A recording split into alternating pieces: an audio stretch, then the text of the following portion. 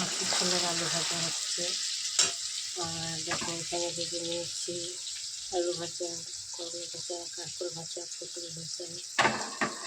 তারপর দেখো কচুরমুখি দিয়ে আলু দিয়ে মাছের ঝোল, আর এখানে কচুরমুখি ভাজা আছে, এখানে মাছ ভেজে রেখে দিয়েছে।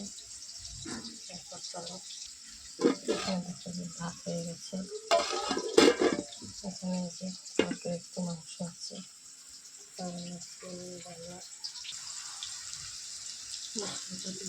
মশলাটা রেডি।